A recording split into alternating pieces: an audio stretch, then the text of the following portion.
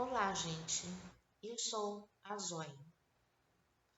Como é que vocês estão? Então, hoje o vídeo vai ser, como eu falei na semana passada, sobre um apanhado assim do documentário sobre a Daniela Pérez. Eu acabei assistindo ele completo, os 5 capítulos. Eu tive acesso a eles, né? E eu vou falar um pouco sobre o que eu achei e algumas impressões, algumas opiniões minhas, enfim, discutir um pouquinho mais sobre esse assunto, né? Que foi uma coisa muito marcante na minha vida, foi uma coisa que realmente chocou o país. E como eu percebi que muita gente que falou sobre esse caso são pessoas mais novas, que ainda eram crianças na época, né? Não que isso seja um problema, mas é uma fase que muita coisa chega até eles tempos depois, através de relatos de pessoas que meio que acabavam contaminadas com o que a mídia falava, aquela coisa toda, né? Então, aqui vai um relato de uma pessoa que tem mais, um pouquinho, um tanto quanto mais aproximada da geração da Dani, né?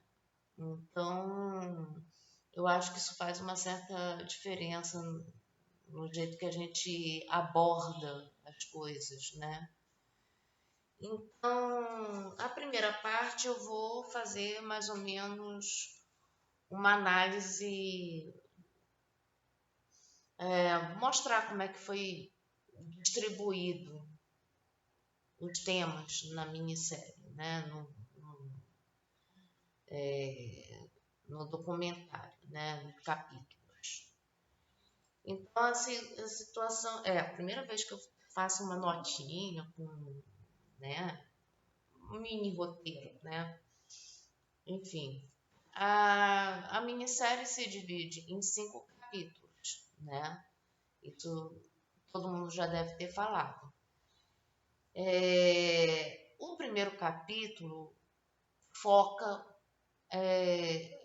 Aliás, antes de eu falar sobre o primeiro capítulo, eu vou falar sobre a estrutura desses capítulos. Eu acho que eles resolveram separar cada capítulo por um tema central, né? Ou seja, não é uma coisa assim sequencial totalmente. Você, claro que a sequência faz uma certa diferença, mas cada capítulo pode ser também, pelo menos eu senti isso, pode ser visto de maneiras independentes, né? Eu acho que de acordo com o interesse de cada um, né? Então aí a gente já tem uma dica, né? Então o primeiro capítulo ele mostra mais ou menos como é que foi aquele dia que tudo aconteceu, né? A Glória falando sobre o fato de que naquele dia nada,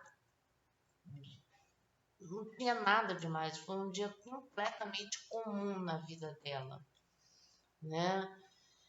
E isso deixa a coisa mais chocante, né? Porque realmente as pessoas pensam muito que um evento desse tem elementos assim que dão um certo presságio do que vai acontecer, mas não aconteceu nada. Simplesmente, eu acho que isso aumenta o choque, né? Porque um dia como outro qualquer e de repente a coisa acaba desse jeito, né? E já era de noite, umas 9 e pouca da noite, isso aconteceu, né?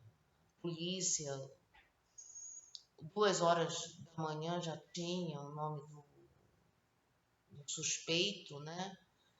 E aí, enfim, essa primeira parte, esse primeiro capítulo focou nesse aspecto, né? Como é que foi? E como é que foi aquele dia e como eles ficaram também sabendo que aconteceu alguma coisa, entendeu? Mais ou menos isso. O segundo capítulo foi focado nas descobertas, nos movimentos da polícia, dos procuradores, essa parte mais do inquérito, né? E dos depoimentos, os desdobramentos dessa descoberta terrível, né? Que foi um colega de trabalho que matou a moça, né? E foi mais ou menos focado nessa. E, sobretudo, a mídia mostrando velório, mostrando um monte de situações ali complicadas e o momento que a tragédia começou a ser transformada numa espécie de novela, ou seja, aumentando essa sensação de que as pessoas elas não tinham uma leitura de que aquilo ali realmente estava acontecendo na vida real. Não é capítulo de novela, é vida real, né? Então é uma coisa bem bizarra que eu lembro que aconteceu na época, né? As pessoas não falavam realmente o nome dos atores, falava muito o nome dos personagens que eles estavam interpretando, né? E isso realmente, eu particularmente, como eu sempre faço, né? Eu não falo de nada sem colocar a minha opinião no meio, né? Eu, particularmente, eu ficava muito incomodada com isso. Eu acho que, a partir do momento que você tem pessoas, porque eu sempre tive essa visão artística, até porque eu já era musicista, né? Eu trabalhava com música, me apresentava em teatro. Então existia uma pessoa que estava lá tocando um piano num palco e tinha eu que tinha que ir para aula, que tinha que estudar, tinha que comer, beber, respirar, né? E as pessoas meio que. Eu acho que como o mundo artístico é um tanto quanto distanciado, né? Assim, é uma coisa que parece que é uma coisa do outro mundo. Existe uma persona artística ali, né? Aí as pessoas eu acho que confundem, né? Confundem muito as coisas. Então isso foi realmente um aspecto muito forte, muito pesado. Tanto é que nesse momento a Glória diz que as fotos de capa de revista, onde mostrava a Dani em poses com o Guilherme de Pádua, machucavam ela de uma forma muito mais forte do que as fotos dela estendida lá no Matagal, né? Porque é como se ela sentia muito mais o impacto, como se estivessem matando a filha dela mais uma vez, e foram várias capas de revista com esse conteúdo, né? E isso foi bem difícil. O terceiro capítulo mostra a caminho que a Glória Pérez traçou até as testemunhas, os frentistas lá do posto de gasolina, é, o trabalho de convencer esses frentistas a prestar os depoimentos, participar do julgamento, fazer todo um trabalho ali de convencimento, né, para que eles esclarecessem, ajudassem a esclarecer o que aconteceu, né, e provar que o caso foi um caso premeditado, principalmente, porque até então tudo que envolvia pelo menos morte de mulheres, a mídia tratava como casos passionais, né? Só que além de eu achar ridículo, né? Porque eu acho que você acusar uma pessoa que matou alguém de um crime passional, porque, enfim, eu acho que diminui um pouco a sanha assassina da pessoa, né? A pessoa já está até provado até hoje, né, que o cara já saiu de casa com essa intenção. Ele já estava com essa intenção há muito tempo. Tanto é que ele adulterou a placa, né, do carro, ele colocou uma fita isolante para transformar um L num O, né? Enfim, coisa foi absurda. Então, esse terceiro episódio e o encontro também da Glória com uma outra mãe de vítima que aconteceu ali perto, né? Ou seja, as datas do assassinato da filha dessa outra mãe, né? Aconteceu muito próximo, né? Do assassinato da Dani, né?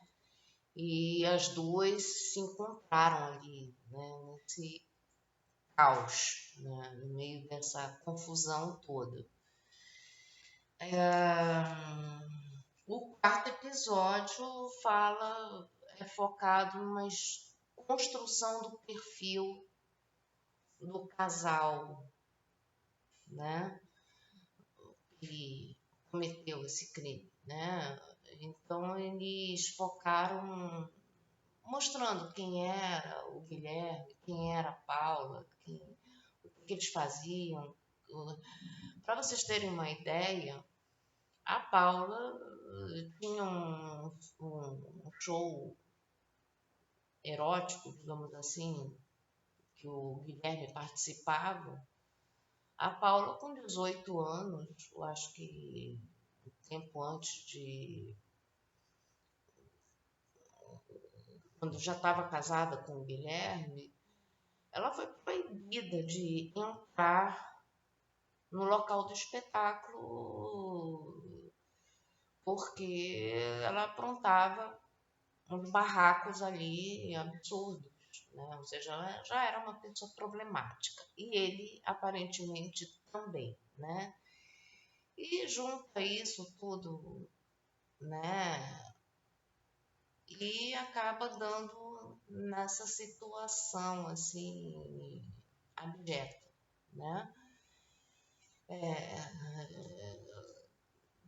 Se eu estiver sendo sarcástica em alguns momentos, é porque quando eu fico com muita raiva, é só assim que eu consigo externalizar a situação, né? Porque realmente esse caso me provocou muita raiva nessa época, né? Enfim. E o quinto e último capítulo é o julgamento, né? A estrutura que foi montada para esse julgamento. Aconteceu só 5 anos depois do assassinato, né? Ou seja, 5 anos depois do que deveria ter acontecido, né? Porque o negócio aconteceu em 92, O julgamento podia ter acontecido em 93, né? O assassinato aconteceu em 92, podia ter acontecido em 93 e só foi acontecer lá para 97, né? Ou seja, um absurdo, né? 5 anos ali enrolando esse julgamento acontecer, né? Então, essa é a primeira parte do negócio, né? E a segunda parte é o que eu achei. Eu achei que o documentário foi muito bem feito, né? Eu acho que foi muito bem organizado, muito bem distribuído, né? Entre os capítulos, né? E, uma, e essa é a minha opinião sobre o negócio. E outra parte que eu gostaria de falar, né, outra questão que está inserida também na questão de opinião, eu vi que muita gente reclamou, talvez pelo Guilherme ter reclamado, o fato dele não ter dado a versão dele no caso, né? Bom, é claro que não, né?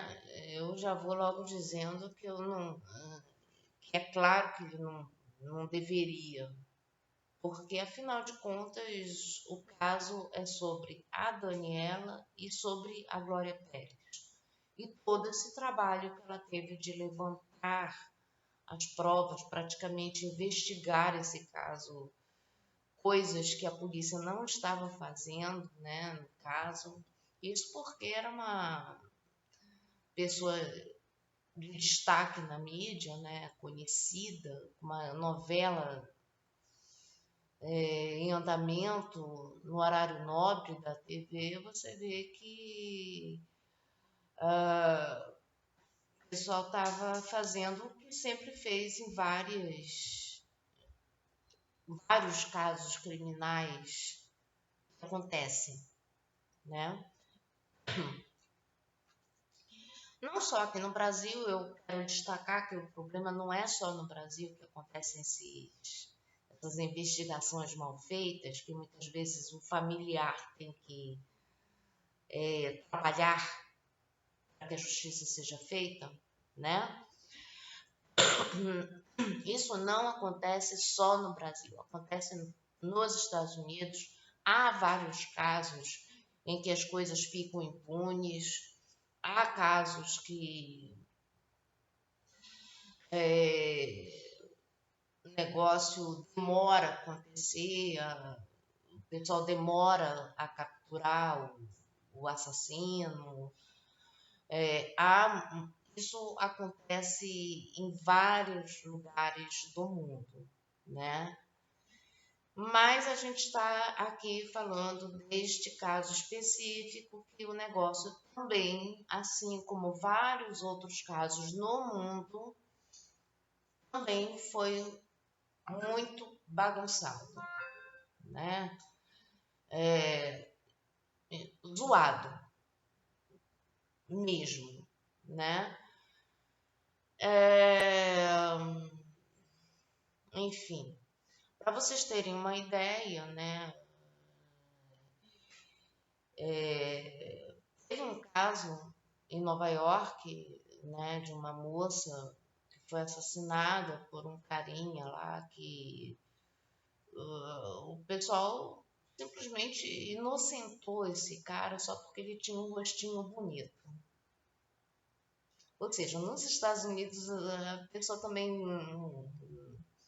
pode contar com certas questões, ou sorte, ele ter nascido com um rostinho bonito, ou sorte porque a polícia tem medo da família do criminoso, ou simplesmente a polícia é incompetente. Isso também acontece lá. É bom que se fale a respeito disso, porque toda vez que acontece um negócio desse tipo aqui no Brasil, é muito comum as pessoas dizerem assim, tinha que ser no Brasil, porque se fosse nos Estados Unidos, eles estariam na prisão perpétua.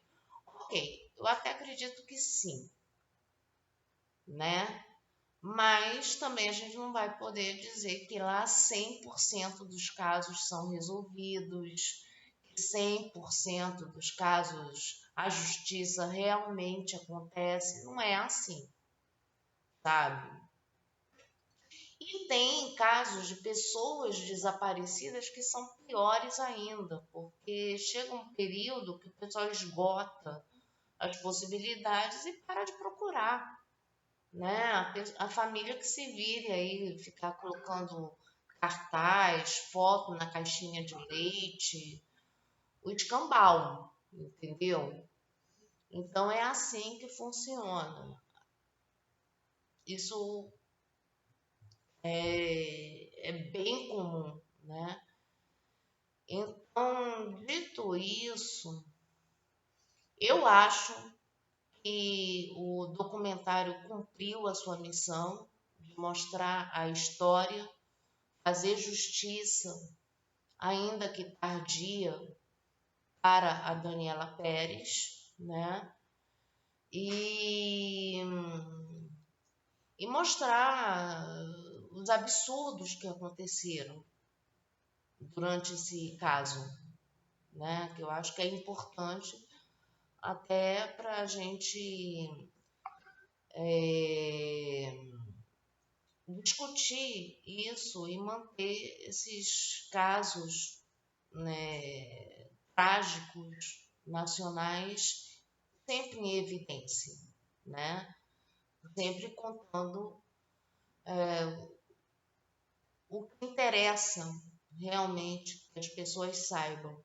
Agora, a versão do dito cujo lá, né, do Guilherme, olha, sinceramente, o que ele ia fazer nesse documentário? Mentir mais uma vez, criar uma versão da história de número 300, né? Como ele sempre fez durante toda a investigação. Ele começou a investigação com uma versão, terminou com outra, e depois que saiu da cadeia, continuou inventando outras versões, né?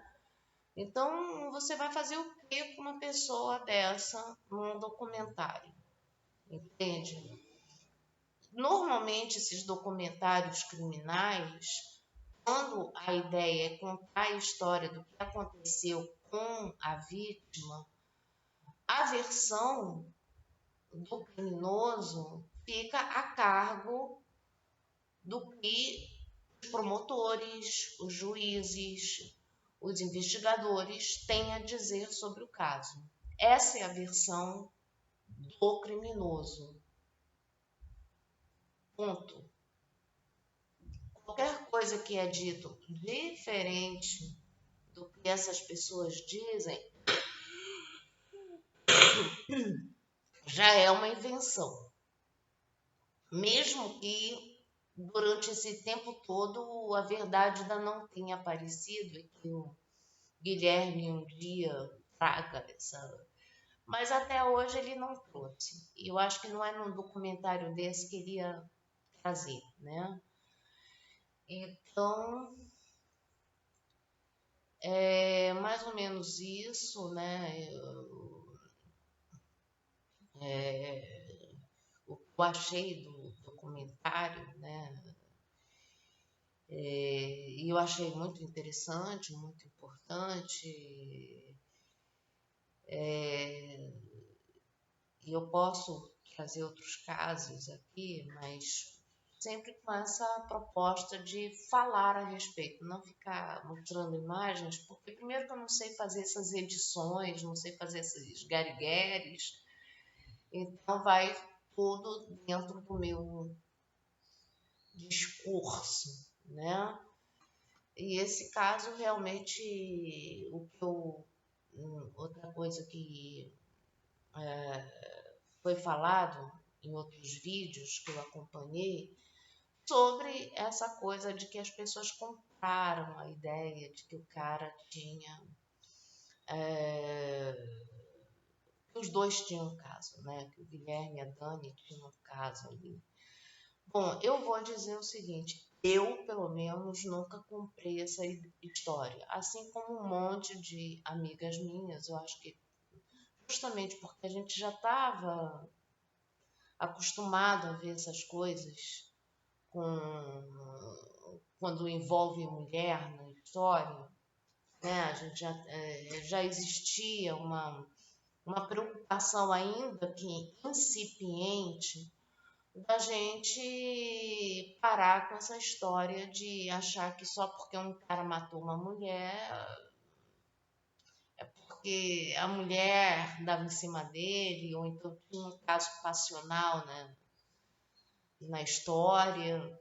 A gente tem que parar um pouco com isso. E a gente já tinha, eu pelo menos já participava de alguns grupos que já discutiam isso, né? E a gente não pode permitir que uma coisa aconteça desse nível e as pessoas continuem desde aquela época acusando as vítimas e aliás isso ainda acontece, né?